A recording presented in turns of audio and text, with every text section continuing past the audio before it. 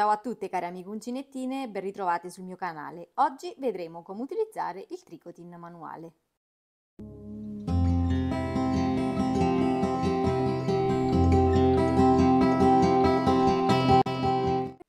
È questo attrezzo qui formato da due fori, uno superiore e uno inferiore, e questi 4 chiodini.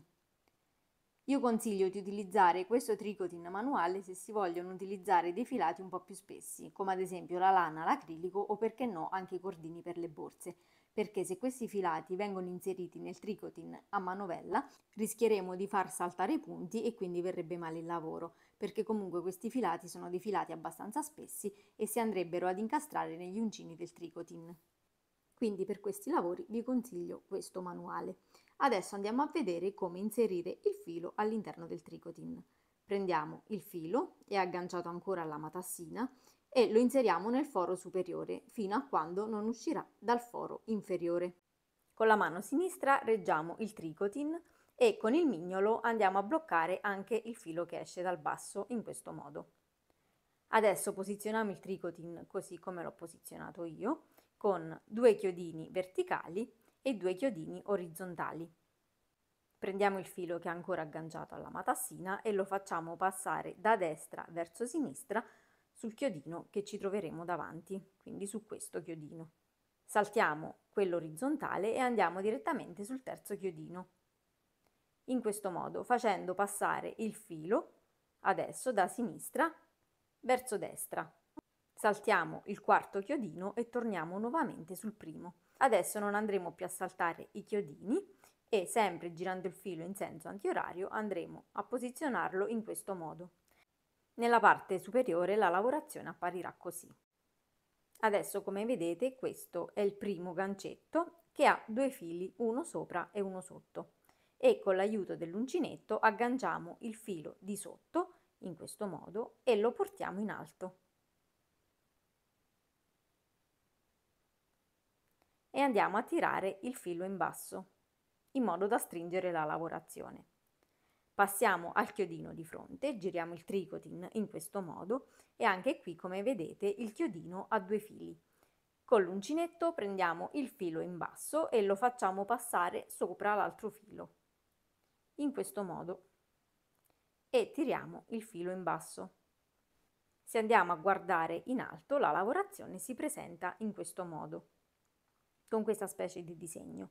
Adesso prendiamo il filo e lo facciamo girare in senso antiorario lungo tutti i chiodini e come vedete in alcuni chiodini abbiamo 2 fili, quello di sopra e quello di sotto. Agganciamo il filo di sotto e lo portiamo sopra in questo modo, tirando il filo dal basso. Giriamo il nostro tricotin e come vedete abbiamo 2 fili, uno sopra e uno sotto. Prendiamo quello sotto e lo facciamo passare sopra in questo modo.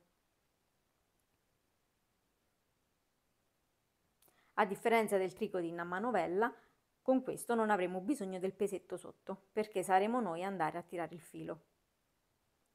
E continuiamo la lavorazione in questo modo, agganciando il filo di sotto con l'uncinetto e lo facciamo passare sopra l'altro filo e andiamo a stringere il lavoro. Ancora una volta agganciamo il filo di sotto e lo facciamo passare sopra il chiodino in questo modo e andiamo a tirare il filo dal foro in basso. Ancora una volta agganciamo il filo in basso rispetto al chiodino e lo facciamo passare sopra in questo modo e vado a tirare il filo per stringere la lavorazione. Per vedere se stiamo lavorando correttamente la lavorazione si presenta in questo modo, come nel tricotin manuale viene questa specie di fiorellino con questi 4 petali. Come per il tricotin a manovella, anche con questo tipo di tricotin il tubulare uscirà dal foro in basso. E noi continuiamo la lavorazione fino a quando non abbiamo raggiunto la misura del nostro tubolare.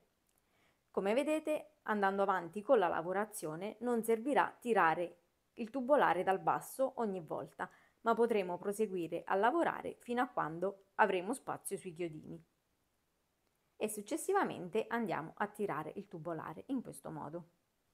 Una volta che abbiamo raggiunto la lunghezza desiderata del nostro tubolare, possiamo tranquillamente sfilare il lavoro. E come facciamo? andiamo semplicemente a sganciare tutti i fili dei chiodini, in questo modo.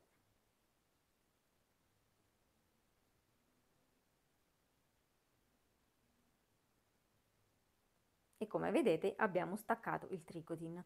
Adesso possiamo andare a tagliare il filo e fare uscire il nostro tubolare dal basso. Per chiudere la lavorazione ci andremo ad aiutare con l'uncinetto. Vediamo qual è l'ultimo punto che abbiamo lavorato, in questo caso è questo, e agganciamo con l'uncinetto l'asola successiva e tutte le altre asole fino a quando non agganciamo anche la prima. In questo modo prendiamo il filo, lo facciamo passare sull'uncinetto e andiamo a chiudere tutte e quattro le asole e andiamo a chiudere con una catenella di sicurezza. Ecco qui il nostro tubolare completato. Spero che questo tutorial molto semplice vi sia piaciuto e noi ci vediamo la settimana prossima con un nuovo video. Ciao!